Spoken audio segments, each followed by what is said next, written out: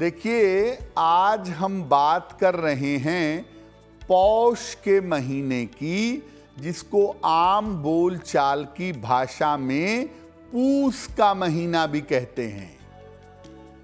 इसका महत्व क्या है, पहले ये समझते हैं। देखिए, हिंदू पंचांग के 10वें महीने को पौष कहते हैं। चैत्र, वैशाख, ज्येष्ठ, आषाढ़, श्रावण, भाद्रपद, आश्विन, कार्तिक, अगहन यानी मार्गशीर्ष और उसके बाद पौष यानी पूस। इस महीने में हेमंत ऋतु का प्रभाव रहता है। रातें लंबी होती हैं, दिन छोटे होते हैं और हेमंत ऋतु का प्रभाव होने की वजह से ठंडक काफी रहती है। इस महीने में सूर्य अपने विशेष प्रभाव में रहते हैं। सूर्य का प्रभाव पौष महीने में विशेष होता है।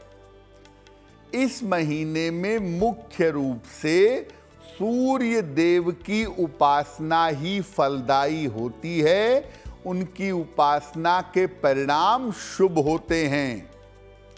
मान्यता ये है कि पौष के महीने में सूर्य 11,000 रश्मियों के साथ, 11,000 किरणों के साथ व्यक्ति को ऊर्जा प्रदान करते हैं, व्यक्ति को स्वास्थ्य प्रदान करते हैं। पौष के महीने में अगर आप नियम पूर्वक भगवान सूर्य की पूजा करें तो साल भर व्यक्ति स्वस्थ और संपन्न बना रहता है। इस बार पौष का महीना 16 दिसंबर से आरंभ हो रहा है और 13 जनवरी तक पौष का महीना चलता रहेगा। देखिए, प्रैक्टिकल बात ये समझिए कि सर्दी का मौसम है और उस समय में सूर्य की किरणों से जीवन में ऊर्जा आती है। इसीलिए पौष के महीने में आप सूर्य की किरणों के जितने संपर्क में रहेंगे उतने ही आप स्वस्थ रहेंगे और इसीलिए कहा गया कि पौष के महीने में सूर्य देव की पूजा की जानी चाहिए। दूसरी बात यह है कि इस महीने का नाम पौष इसलिए है क्योंकि पौष महीने की पूर्णिमा को पुष्य नक्षत्र आता है। पुष्य नक्षत्र से संबंध होने की वजह से इस महीने का नाम पौष है। अब ये जानते हैं कि पौष के महीने में चूंकि सूर्य देव की उपासना की जाती है तो वो उपासना कैसे करेंगे। रोज सवेरे स्नान करने के बाद सूर्य भगवान को जल अर्पित करिए। तांबे के लोटे में जल ले लें, जल में रोली और लाल फूल डालें और इसके बाद सूर्य देव को जल चढ़ाएं और जल चढ़ाने के बाद सूर्य देव का मंत्र है ओम आदित्याय नमः। ओम आदित्याय नमः इस मंत्र का जप करिए और कोशिश करिए कि इस महीने नमक का सेवन कम से कम किया जाए। आप सूर्य देव को जल देने के बाद सूर्य की तरफ पीठ करके कम से कम 5 मिनट 10 मिनट रोज सुबह बैठिए।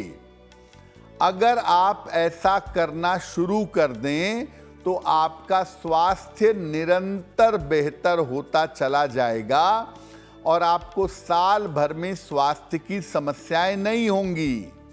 साथ ही साथ सूर्य का तत्व जब शरीर में मजबूत होगा तो सूर्य ग्रह से संबंधित जो समस्याएं आपके जीवन में हैं वो समस्याएं समाप्त हो जाएंगी। देखिए, हिंदू धर्मशास्त्रों में और पंचांगों में जो महीने हैं, हर महीने को आयुर्वेद के साथ जोड़ा गया है और हर महीने में खान पान के नियम बताए गए हैं। पौष के नियम क्या हैं? देखिए, पौष के महीने में खाने पीने में मेवे का यानी ड्राई फ्रूट का इस्तेमाल करिए और स्निग्ध चीजें जिसमें ऑयल कंटेंट होता हो, जैसे ड्राई फ्रूट्स हैं, तिल है, इन चीजों का प्रयोग करिए। चीनी की बजाय गुड़ का प्रयोग अगर आप पौष के महीने में करें तो आपका पूरा पूरा शरीर शुद्ध हो जाएगा। अजवाइन, लौंग और अदरक, ये 3 चीजें पौष में बहुत काम आती हैं। इनका अगर आप सेवन करें तो आपको लाभ होगा। पौष के महीने में ठंडे पानी के प्रयोग से बचिए, स्नान में गड़बड़ी मत करिए और सर्दी का समय है तो ज्यादा खा लो, ये सब मत करिएगा। अत्यधिक खाना खतरनाक हो सकता है और बहुत ज्यादा तेल और घी का प्रयोग भी पौष के महीने में मत करिएगा।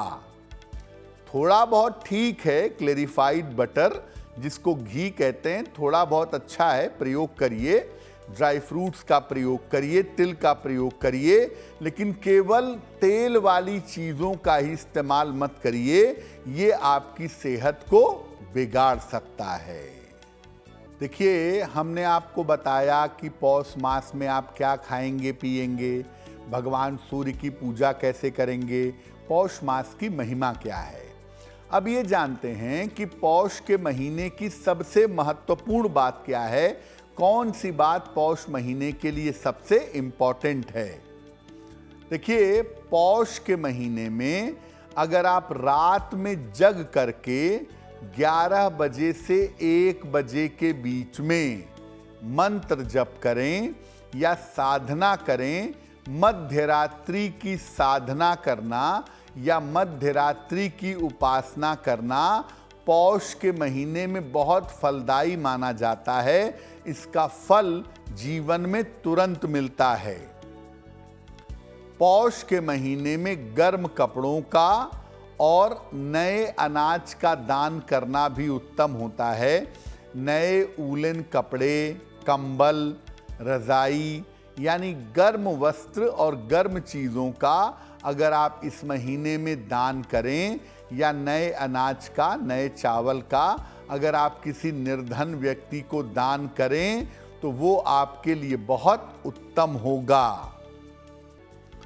पौष के महीने में अगर आप ज़्यादातर लाल कपड़े पहने या ज़्यादातर पीले रंग के कपड़े पहने तो वो आपके भाग्य में वृद्धि करेंगे और उससे आपका मन प्रसन्न रहेगा, आपका भाग्य आपका साथ देता रहेगा। पौष में क्या करिए, रोज शाम को जब पूजा करते हैं तो जो डिफ्यूज़र होता है जिसमें कपूर की खुशबू फैलती है, उसमें कपूर जला दीजिए ताकि कपूर की खुशबू पूरे घर में फैले। कपूर की सुगंध से क्या होगा कि घर में निगेटिव एनर्जी नहीं आएगी, घर के लोगों का स्वास्थ्य बेहतर होगा और लोगों के बीमार पड़ने की संभावना कम हो जाएगी। तो पौष के महीने में संध्या काल को विशेष रूप से अगर आप कपूर की सुगंध का प्रयोग करें तो बहुत अच्छा होगा, बहुत बेहतर होगा।